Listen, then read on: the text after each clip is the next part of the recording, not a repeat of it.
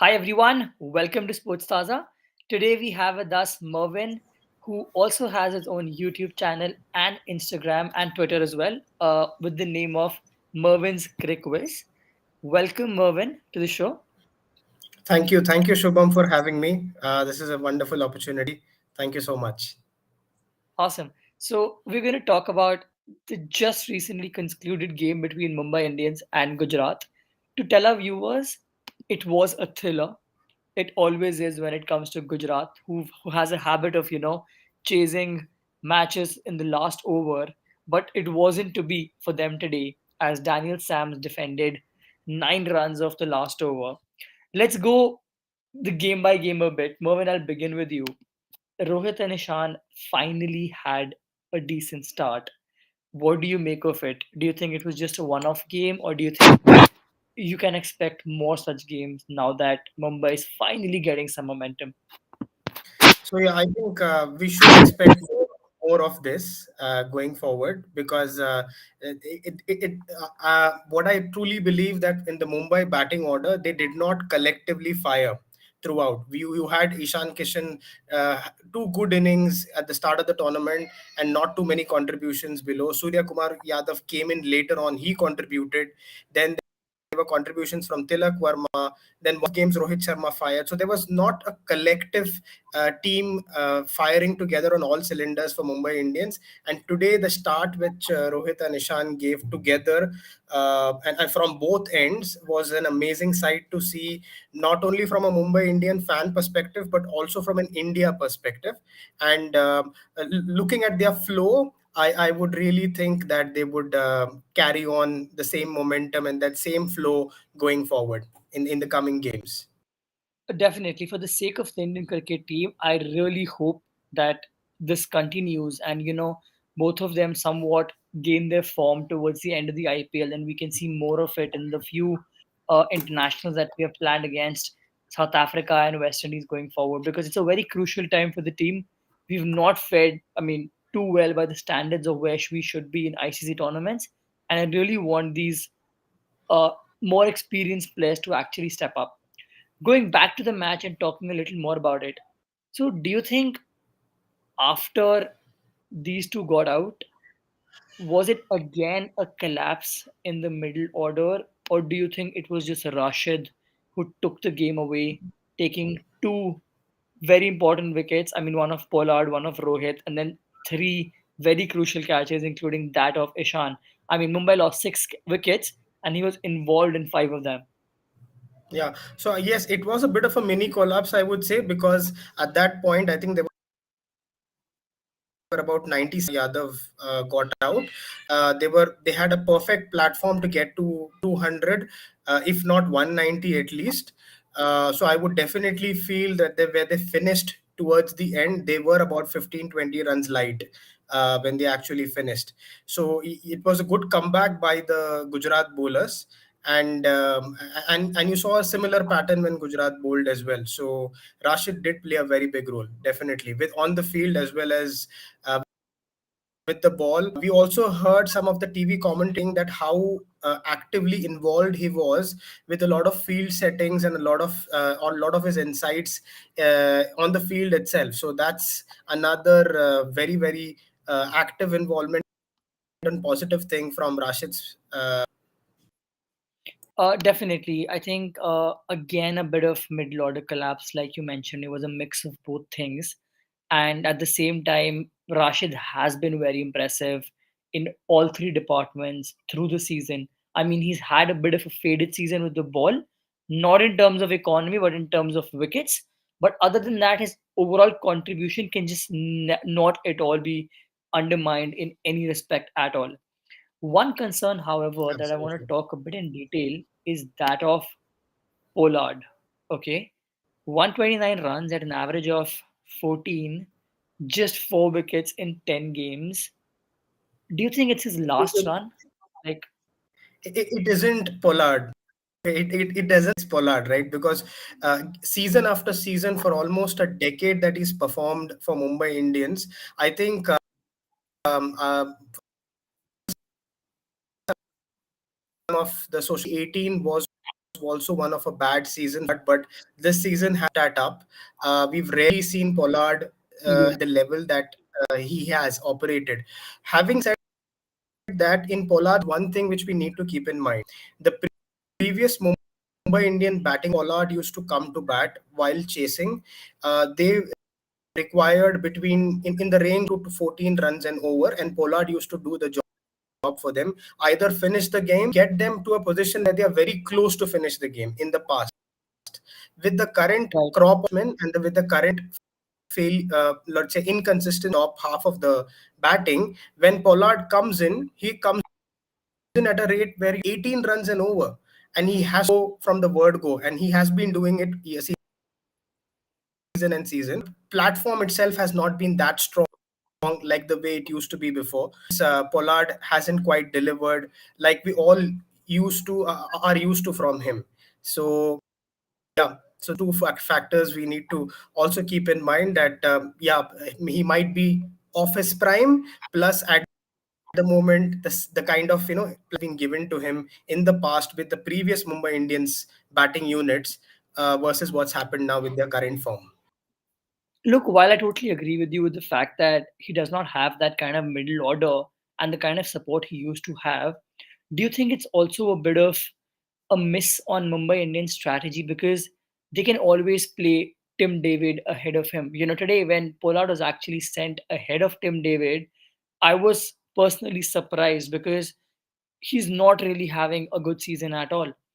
And and with the ball also, I was noticing he's barely bowled in 3 or 4 games at the max the entire season.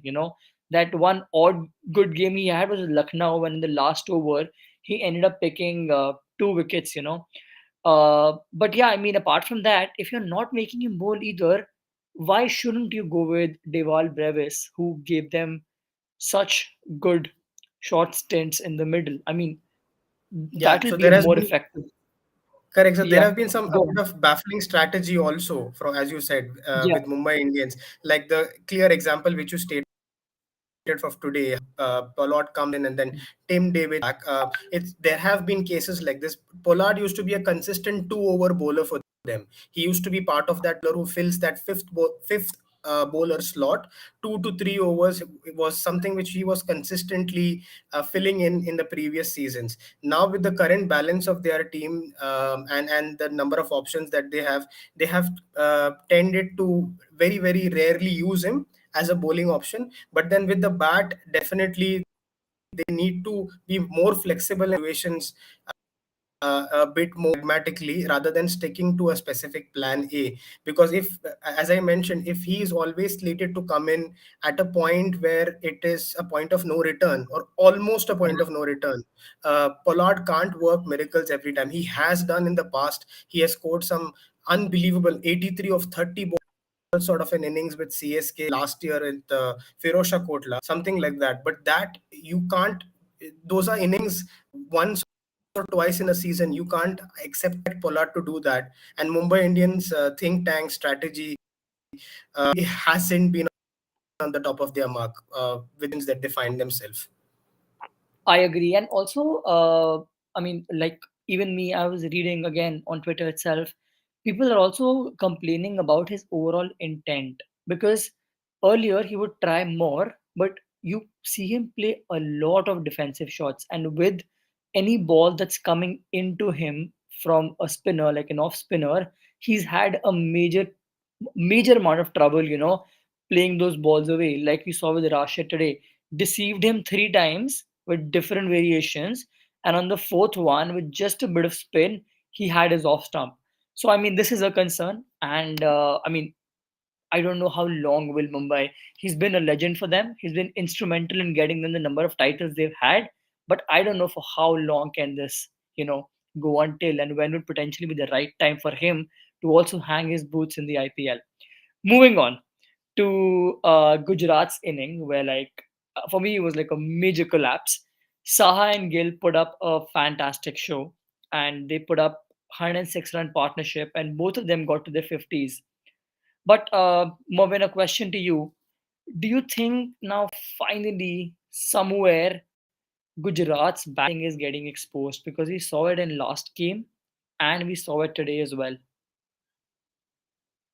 Yeah, so actually, I have whatever we've seen is that they have had 3 or 4 games where they've actually stolen games out of oppositions who were in command. Opposition who were in absolutely the game was in their pocket, and you had Rashid Khan, Tewatia, and Miller. Do the thing that they have done so consistently, even though the top order has not fired the way that they wanted to. Here it was a different script. For the first time, they ticked the box where the top order or the openers got some runs. It was pleasing, Right. very very pleasing to see the way Shubman Gill batted today and the way he approached it. If you followed the first 8 to 10 overs, it was Saha who took the lead. He brought the momentum into the run chase as he has done in the last few games, and he made sure that they are within the touching distance of their required rate. And Shubman Gill was taking his time. In fact, he was very, very slow to start with. But then there came a point where around the midway stage of the innings, both of them had faced similar amount of balls and scored similar 48, Right. 47 of 30 Exactly. odd balls. That speaks volumes for Shubman Gill, because this kind of start Saha got and the kind of slow start which Shubman Gill had, the way he covered that was absolutely brilliant, and most of his stroke making is always sublime to watch. So it was one very big tick in the box for Gujarat from a top order runs perspective. But yes, from a middle order who has which has had a reputation of finishing so many games, stealing games which were out of their hand. This one unfortunately slipped out of their hand. It got stolen by Mumbai Indians. It was a sort of a reverse effect for this game.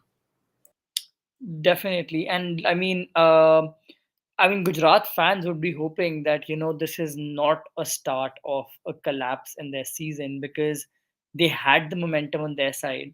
Hardik himself mentioned that, somewhere God is helping us get past the line every time. We don't know how long it's going to go on for. And I mean, should Miller and Tewatia lose their form at this stage of the tournament, it's really going to cost them because they were looking like a very strong side. But in the last two games, they've been quite ordinary from what I'd say. Because in a Brabon, today there was due as well against like a not very good Mumbai Indians bowling lineup. 175 was definitely a pass score, but like it wasn't meant to be. Yeah, Uh, and the required official run word. rate did not. Yeah, sorry. The required run rate Go also on. did not blow up to proportion. I mean, you see, the required run rate was around 10. Until the end, Exactly. you required 20 of 2 overs. The required run rate did not blow out of hand to 14, 15, 16. They have in fact stolen matches out of when the required rate shot up to 15, 16, and then they have won matches in the past. Here it was a much more simpler view, simpler because of the kind of batting that we've seen from them. 10 runs and over these days you would not see call it difficult. And with Tewati and Miller, with their reputation, that was a very straightforward result, actually. For sure. So the official verdict is that Tim David has been handed over man of the match for the game today. But if you had to choose a man of the match and it wasn't to be Tim David, who would you go for? I mean, you can also go for Tim David, but then what would be your correct justification and who would you want to give man of the match to? I would say Tim David would is a fair choice because the kind of runs that he added towards the end. In fact, he was so much in the flow that he even was farming the strike in that last over.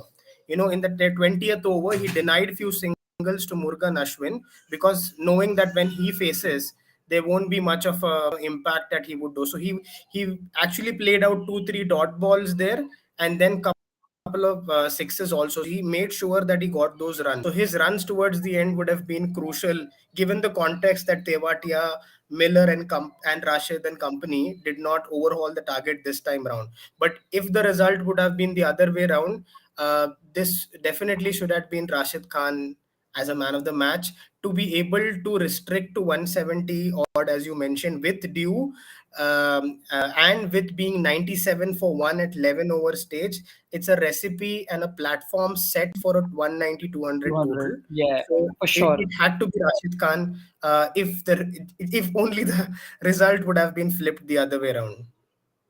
Definitely. And he also end up like Tim David also end up smoking Shami for a lot of runs. I think three fours and a six, two sixes in the penultimate over of the inning.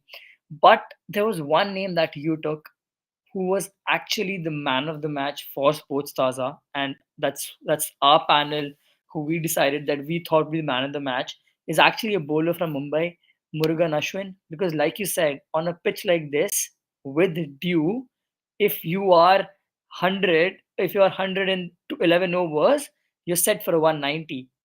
To put things in perspective, Gujarat was 106 for 0 in the 12th over, and then And picked up two got wickets in both an the over. set exactly got both the set batters in the same over to completely turn it around. I think that was the beginning of the overall turnaround, because had these two stayed two more overs, the game would have been buried for sure.